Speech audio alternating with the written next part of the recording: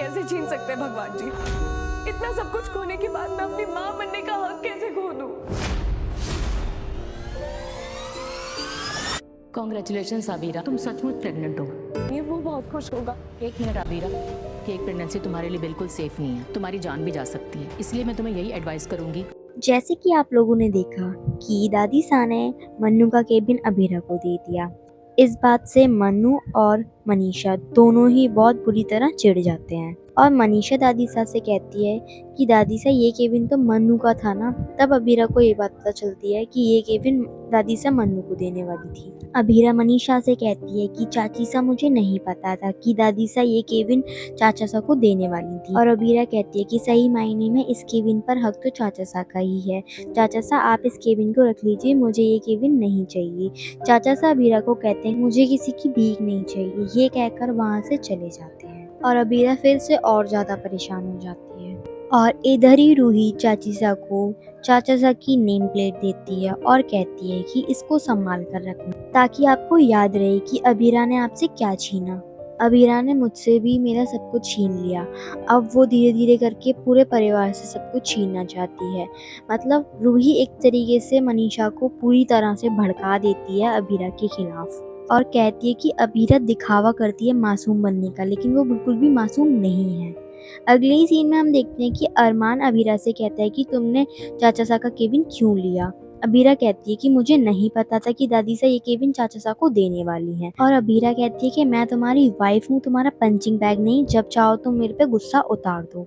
मैं भी थक चुकी हूँ तुम्हारा गुस्सा झेल झेल के, बस मुझसे अब और नहीं होगा। हम अगले ही सीन में देखते हैं कि मन्नू यहाँ पर नशे की हालत में दारू पीकर ड्रामे कर रहा होता है। कह रहा होता है कि मैं अपनी माँ को कभी नजर नहीं आता, पहले मेरी माँ को सिर्फ जीजा सा दिखते थे और अब अबीरा। अगर ये केबिन मम्मी सा, जीजा सा या फिर अरमान को देती तो कोई बात नहीं, मुझे उन लोगों की आदत हो चुकी है, लेकिन अब तो ये केबिन उन्होंने अबीरा को दे दिया। मेरे से भी ऊपर उनके लिए अबीरा हो गई। ये सारी बातें क्यारा और आर्यन सुन रहे होते हैं और आर्यन कहता है कि अबीरा भाभी इतनी सेल्फिश कैसे हो सकती हैं। क्यारा कहती है कि इसमें अबीरा भाभी की कोई गलती नहीं है। इतने में ही पीछे से विद्या आ जाती है और विद्या बच्चों से कहती है कि बच्चों तुम अपने रूम में जाओ, मैं संभालती हूँ। विद्या यहाँ पर मन्नू के लिए दही लेकर आती है और मनीषा को दे देती है। कहती है कि मन्नू को खिलाओ, इससे मन्नू का नशा उतर जाएगा। और यहाँ पर विद्या रूही की तरह मनीषा को भड़काने लगती है। कहती है कि मैं कहती थी ना तुमसे अबीरा से दूर रहो, लेकिन तुमने मेरी एक भी ना सुनी और देखो वही हुआ जो मैंने कहा था। उस लड़की की वजह से सब कुछ बर्बाद हो गया।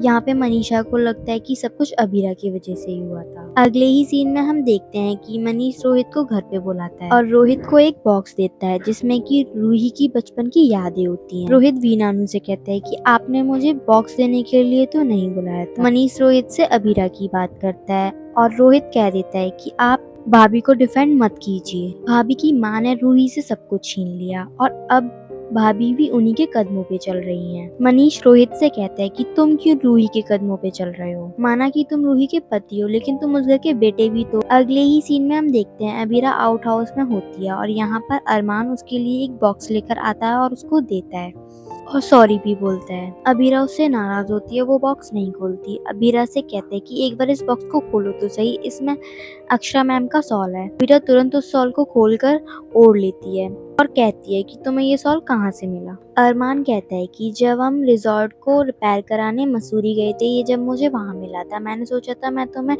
ड्राई क्लीन करा के दूंगा, लेकिन कुछ हालात ऐसे हो गए कि मैं तुम्हें ये नहीं दे पाया और फिर मैं इसको भूल गया। अरमान अबीरा के सामने अप डाउन लगाकर सॉरी बोलता है और अबीरा अरमान को माफ कर देती है और उसको हग कर लेती है। फिर अरमान उसको एक सरप्राइज देता है। अरमान अबीरा को गोद में उठाकर रूम के अंदर लेकर आता है और उसने अबीरा के लिए रूम डेकोरेट किया होता है। ये सब देखकर अबीरा बहुत खुश हो जाती है। सुबह होते ही हम देखते हैं कि अरमान गेट के बाहर खड़ा होता है और कह रहा होता है अबीरा गेट खोलो, मुझे भी तैयार होना है। अबीरा गेट खोलती है रोते हुए और अरमान कहता है रो क्यों रही हो। अबीरा कहती है मेरे बालों में चिंगम लग गई है, अब मैं ऐसी हालत में गरबा खेलने कैसे जाऊंगी। और अरमान कहता है कि मैं कुछ करता हूँ और कैंची ले आता है उसके बाल काटने के लिए। अबीरा कहती है कि ये तुम क्या कर रहे हो, मेरे बाल कट जाएंगे तो मैं ऐसे कैसे जाऊंगी।